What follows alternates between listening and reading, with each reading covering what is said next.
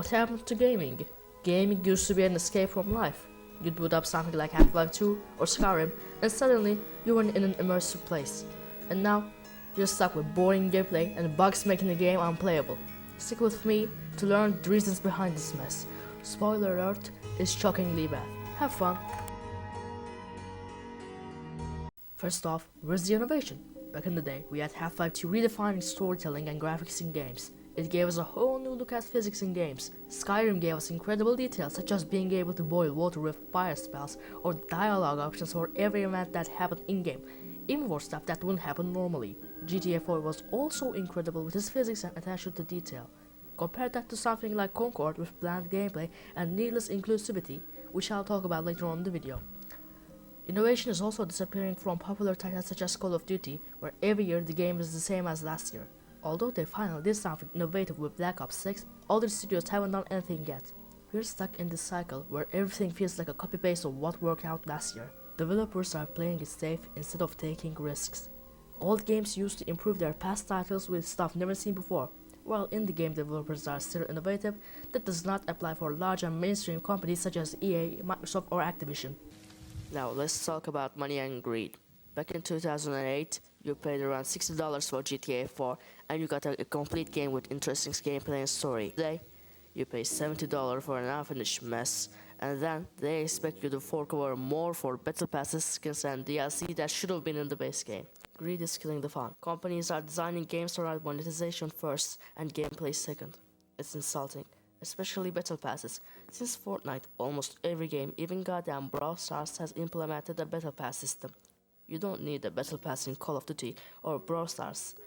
Just the collaborations alone are killing Fortnite and other games right now. So many collaborations are made for the sake of money from players. You can have Eminem, Godzilla, Skibidi Toilet, and Master Chief in the same lobby. They all destroy the game's upside in turn of money. Payday 3 was a disappointment for me and many people who used to play Payday 2. The game was laggy, lacked a lot of heists and heisters, and more importantly, there was DLC for a game that didn't have running servers. Payday, a game with passion, was killed by greed. Greed of major companies and the limited time and funds they give to developers results in unfinished shit with high price tags. This is a controversial topic, but it's worth discussing. Discrimination has no place in society, and representation is important, but forcing every story to include everyone can hurt the gaming experience. Since the 2020s, many mainstream companies have been prioritizing diversity in a way that feels more like a checklist than meaningful storytelling. Take Ubisoft for example. They made headlines for choices like including a black samurai in Assassin's Creed Shadows, set in historical Japan. This kind of representation clashes with the game's art style, lore, or immersion when it feels forced or out of context. The problem isn't inclusivity, it's laziness. Games need complex and believable characters, ones who feel real and enrich the story, not characters added just to check a box or avoid controversy. This is one of the reasons why so many mainstream games feel hollow, like they're chasing trends instead of focusing on meaningful storytelling. So before I tell you one of the biggest reasons why modern games suck, do me a quick favor, subscribe to the channel and like the video. It helps me out a lot, and I'm trying to save up for a new headset cause mine is broken. Just so you know, I am trying to make my content better and I will be streaming on Switch too.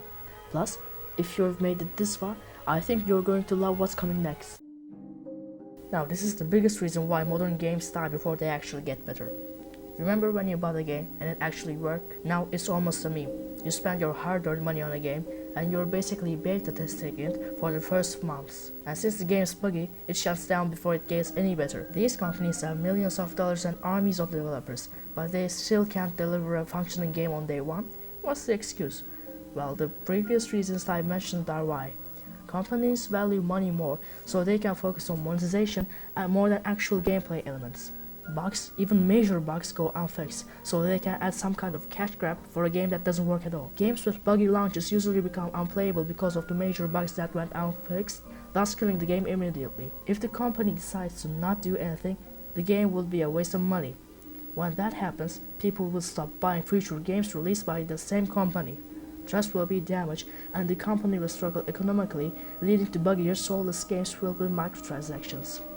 In conclusion, buggy launches of games eventually lead to soulless games designed for money. The company would try to earn some social acceptance once again by filling the game with diversity that feels out of place. When a company rushes games, it leads to buggy launches and bland gameplay.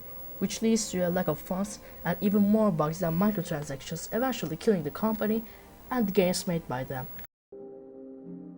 So, why were older games better? It's simple: passion. Developers weren't chasing trends or quarterly profits, they were chasing greatness. Valve gave us Left 4 Dead 2, Team Fortress 2, and Half-Life 2. These games are so well designed that they are actually still being played today. Rockstar gave us GTA 6 with a story and characters that actually made you feel something. Bethesda gave us Skyrim, a game so immersive and full of detail that works new releases even in 2025. These games didn't just try to sell your product, they tried to tell you a story, give you an experience, and create something you'd remember forever. So, what can we do about it? As gamers, we need to demand better, stop pre-ordering lazy crash grabs, start supporting studios that actually care about making great games. Because if we keep letting them get away with it, we're never going to get another Skyrim or any other game with high impact. And honestly, I don't want that. What is the best classic game of all time for you? Comment down below. What? Another Skyrim? Oh, 7 years and nothing for Elder Scrolls 6. Damn. Anyways, like and subscribe.